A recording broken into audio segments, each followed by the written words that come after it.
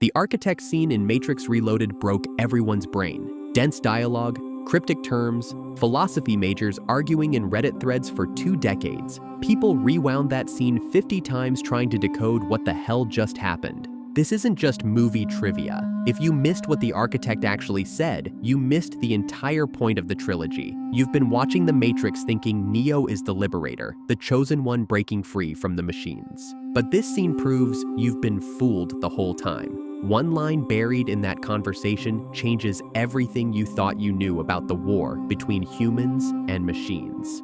Neo walks into a white room filled with monitors. Sitting there is an old man in a suit who speaks like he swallowed a thesaurus. I am the architect. I created the Matrix. He's not a person, he's a program, the original designer of the prison you've been living in. Think of him as the head engineer of human captivity. I've been waiting for you. This isn't their first meeting. The architect has had this exact conversation 5 times before with 5 other people who thought they were the one. Neo thinks he's special. The architect is about to shatter that delusion completely. The architect isn't explaining things to help Neo understand. He's conducting an exit interview, the kind you get when your job is about to be terminated. Because Neo's role was always temporary, always planned, always controlled. Neo asks the only question that matters. Why am I here? Translation: the Matrix isn't perfect. There's a math error in the code. That error is Neo. Or more accurately, the anomaly code that Neo carries inside him without even knowing it. You are the eventuality of an anomaly which, despite my sincerest efforts, I have been unable to eliminate from what is otherwise a harmony of mathematical precision. The architect tried to build a flawless system where every human stays asleep, plugged in, generating power forever. He failed. Neo is the glitch that keeps appearing in the code, no matter how many times the architect tries to patch it out. Neo isn't a revolutionary, he's a software bug, and bugs get debugged. The monitors around the room flicker to life, other faces appear, other Neos, past versions reacting with rage, confusion, disbelief. Matrix is older than you know.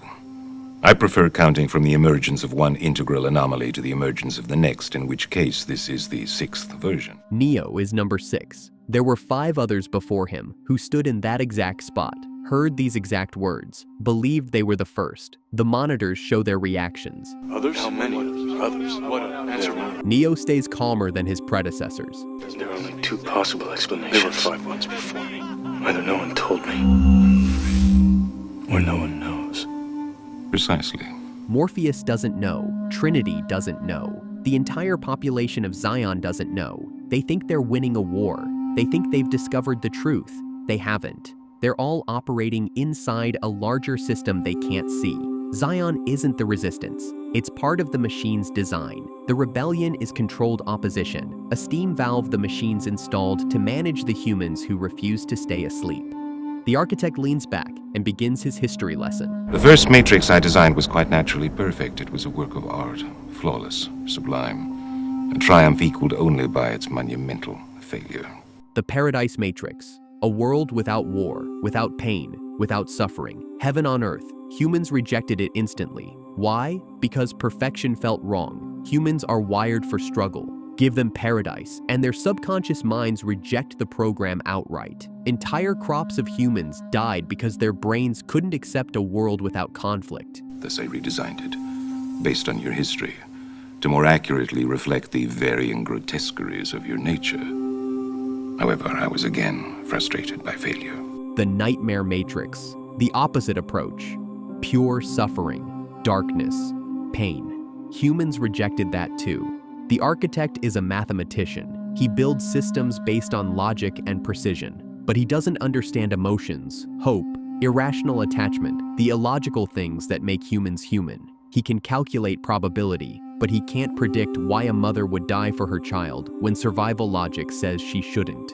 The architect couldn't solve the human problem alone. He needed help. He needed someone who understood the irrational. Thus the answer was stumbled upon by another, an intuitive program, initially created to investigate certain aspects of the human psyche. If I am the father of the Matrix, she would undoubtedly be its mother. Neo realizes immediately. The Oracle. The Oracle wasn't a rebel. She was a program designed by the machines to study human psychology, and she found the answer the architect missed. As I was saying, she stumbled upon a solution whereby nearly 99% of all test subjects accepted the program as long as they were given a choice, even if they were only aware of the choice at a near unconscious level.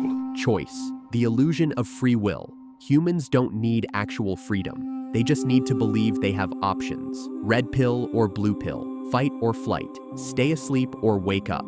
The choice itself doesn't matter.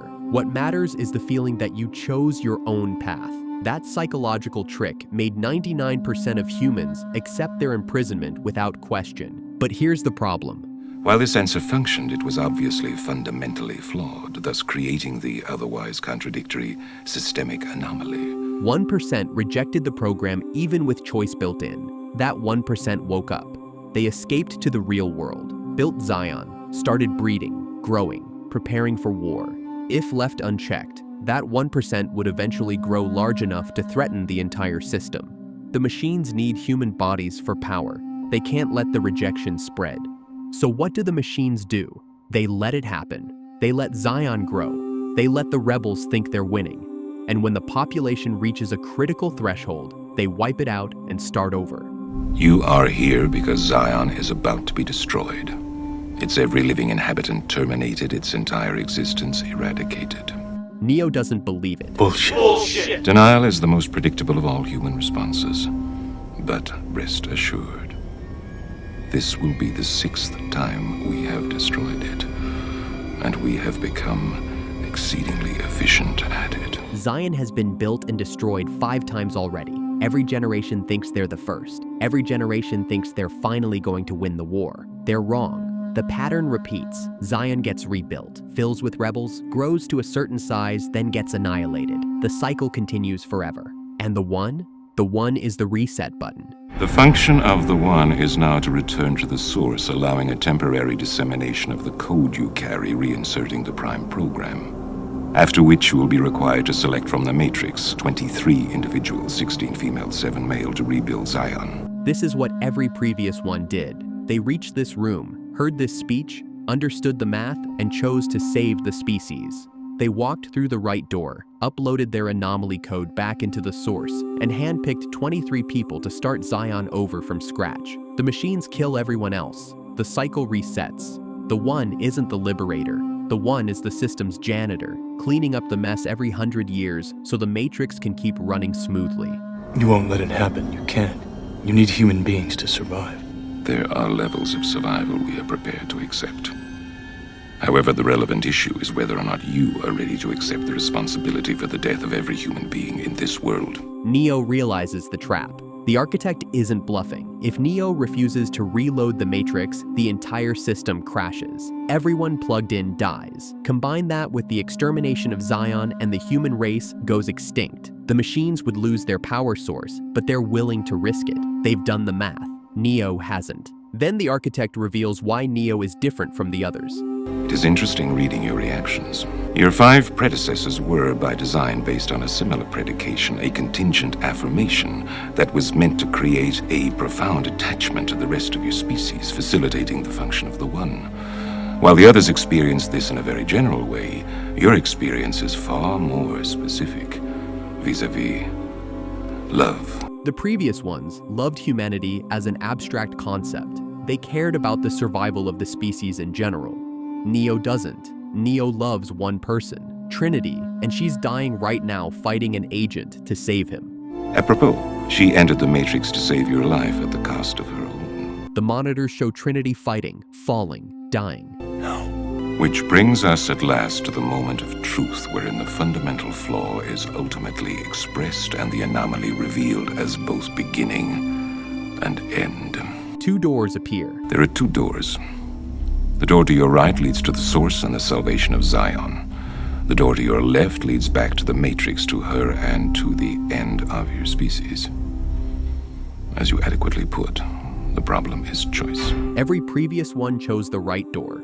They chose the many over the one. They chose logic over emotion. They saved Zion and let their loved ones die. We already know what you are going to do, don't we? Already I can see the chain reaction. The chemical precursors that signal the onset of an emotion. designed specifically to overwhelm logic and reason. An emotion that is already blinding you from the simple and obvious truth. She is going to die, and there is nothing you can do to stop it. The architect sees Neo's brain chemistry changing in real time. He watches the emotions override the logic. He knows Neo is about to make the irrational choice, and he can't stop it. Neo walks to the left door, the door that leads back to Trinity, the door that dooms Zion, the door that breaks the cycle. Hope. It is the quintessential human delusion, simultaneously the source of your greatest strength and your greatest weakness. Neo turns back. If I were you, I would hope that we don't meet again. We won't. Neo chooses love over species survival. He chooses one life over billions. Every calculation the architect made, every prediction, every probability model pointed to Neo making the rational choice. But Neo is the first one to be genuinely, irrationally, illogically in love. And love doesn't calculate. It doesn't weigh options. It doesn't care about the greater good. The architect thought he'd solved the human equation 5 cycles ago. Build Zion, let it grow, deploy the One, reset the system. He accounted for rebellion, for violence, for anger, for hope. But he never accounted for the specific, targeted, overwhelming love of one person for another person who matters more than the entire world. The Matrix wasn't broken by revolution. It wasn't broken by kung fu or bullets or philosophy. It was broken by Neo deciding that Trinity's life was worth more than the survival of the human race. That's what the architect scene actually means.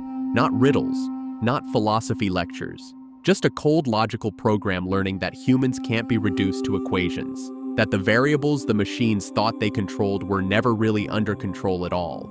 The scene everyone skips on rewatches is the scene that explains the whole trilogy. The architect wasn't the villain. He was the narrator telling you the truth you refused to believe. That your heroes were always pawns. That the war was always rigged. That freedom was always an illusion. Until one pawn decided to flip the board instead of playing the game. Neo walked through the left door, and with that single irrational choice, he destroyed centuries of machine control. Not because he was stronger or smarter or more enlightened, but because he loved someone more than he feared the consequences. The architect's perfect system shattered against the one thing mathematics can't predict: a human willing to let the world burn for the person they love.